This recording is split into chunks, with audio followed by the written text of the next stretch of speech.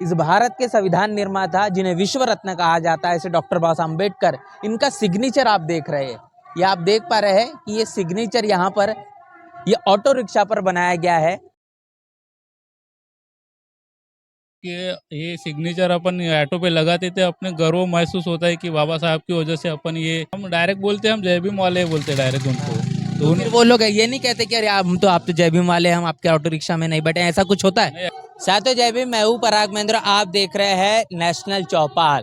महाराष्ट्र के नागपुर में हूँ और नागपुर में जब भी हम आते हैं निश्चित रूप से बहुजन समाज के लोगों के जरिए अपनी विचारधारा को, बाबा साहब के मानने के उनके तौर तरीके को हमेशा से ही जाना पहचाना जाता है और इस बात का वो परिचय देते हैं कि बाबा साहब को सिर्फ वो मानते नहीं तो अपने तरीके से वो उन्हें आइडेंटिफाई या आइडेंटिटी अपनी एक नई तरीके से बनाने की कोशिश करते हैं। नागपुर की जब बात करेंगे तो नागपुर में आरएसएस का गढ़ भी है, लेकिन यहाँ पर बहुजन समाज के जो लोग बड़े पैमाने पर रहते हैं उनका भी एक दबदबा दिखाई पड़ता है। यहाँ पर मेरे साथ आप देख पा रहे हैं कि एक ऑटो रिक्शा है और ऑटो रिक्शे पर सबसे खास बात मैं यहाँ पर आपको दिखाऊंगा। इस भारत के संविधान निर्माता जिन्हें विश्व रत्न कहा जाता है, ऐसे डॉक्टर बाबा साहब अम्बेडकर, इनका सिग्नेचर आप देख रहे हैं। ये आप देख पा रहे हैं कि ये सिग्नेचर यहाँ पर ये ऑटो रिक्शा पर बनाया गया है। आखिर इसके पीछे की वजह क्या है, इस तरीके की चीज़ें क्यों देखने को मिलती है, और इस ऑटो को चलाने वाले जो ऑटो रिक्शा ड्राइवर है उनसे भी हम बातचीत करेंगे कि आखिर नागपुर में इस तरीके से बाबा साहब का सिग्नेचर लेकर पूरे नागपुर में घूमना किस तरीके की उनको तकलीफ़ों का सामना करना पड़ता है, क्या कुछ समस्याएं आती है। यहाँ तक कि नागपुर ये जो है महाराष्ट्र की दूसरी राजधानी भी है। तो यहाँ पर जो शख्स है, जो ये ऑटो रिक्शा ड्राइवर है, जिनसे जानेंगे, बातचीत करेंगे। जी सर, क्या नाम है भैया? प्रशांत मेश्राम, कहाँ से है प्रशांत जी? गोंदिया से। और यहाँ पर नागपुर में कितने दिनों से? अभी 1-1.5 साल हो गए यहाँ पे तो। हाँ। ये सिग्नेचर आपने बाबा साहब की जो अपनी ऑटो रिक्शा पर बनाई है, क्या वजह है, क्यों बनाई है?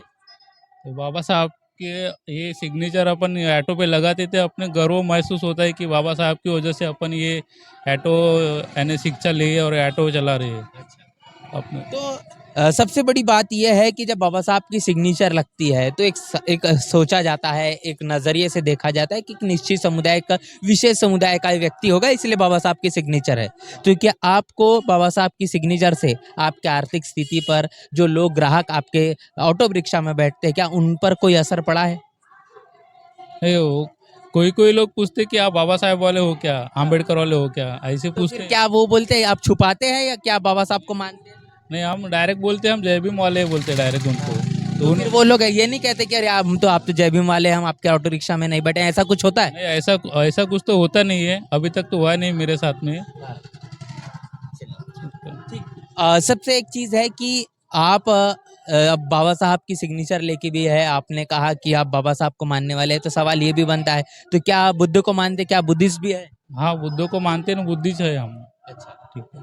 तो किस तरीके से ये चीज़ें परिवर्तन देख रहे हैं कि नागपुर में तो आरएसएस का गढ़ भी है और मनुवादी जातिवादी सोच बड़े पैमाने पर जो पूरे देश और दुनिया में फैला रहे हैं, लेकिन बाबा साहब भी यहाँ पर बौद्ध धर्म की दीक्षा ली, दीक्षा भूमि भी है, तो क्या फ़र्क नज़र आता है, किसका प्रभाव आपको दिखाई पड़ता है, तो ये जो चीज़ें आप कर पा रहे हैं?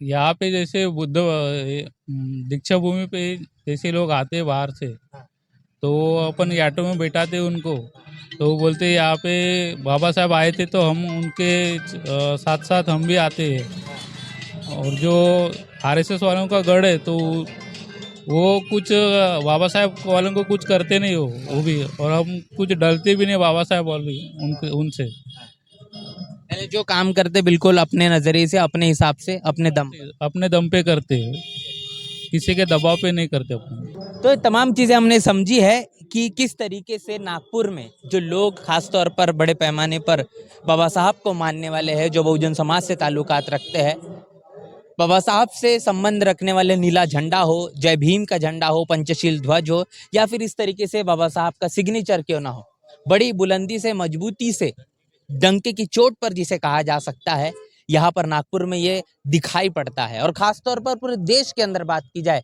तो महाराष्ट्र, और महाराष्ट्र में भी नागपुर की ये बड़ी खासियत है। और इसीलिए इसे नागवंशियों की भूमि कहा जाता है। बड़ा प्रभाव इस बात का भी है कि डॉक्टर बाबा साहब अम्बेडकर इन्होंने 14 अक्टूबर 1956 को इसी नागपुर में अब बुद्ध धम्म की दीक्षा ली, और जिसे दीक्षा भूमि का स्थल से नाम से भी जाना पहचाना जाता है। तो आप समझ पा रहे हैं कि किस तरीके से महाराष्ट्र और महाराष्ट्र में बौद्धों को मानने वाले, बुद्ध को मानने वाले लोग, बाबा साहब को मानने वाले लोग अपनी विचारधारा को लेकर जो बुलंदी से, बड़ी मजबूती से जो आवाज उठाते हैं, और उनके जीने में, उनके हर एक तौर तरीके में वो चीज़ झलकती भी है। और वही चीज़ हमने आपके साथ रूबरू करने की कोशिश की है। पूरी की पूरी चर्चा, बातचीत को लेकर आपकी क्या राय है, और महाराष्ट्र को लेकर आप क्या कुछ सोच रहे हैं, लिखकर कमेंट बॉक्स में जरूर बताएं। और जो तस्वीरें आपने देखी है, इसको लेकर आपकी क्या राय है, उसे भी लिखकर हमें जरूर साझा करें। मिलते हैं नए वीडियो में, तब तक के लिए जय भीम, जय भारत।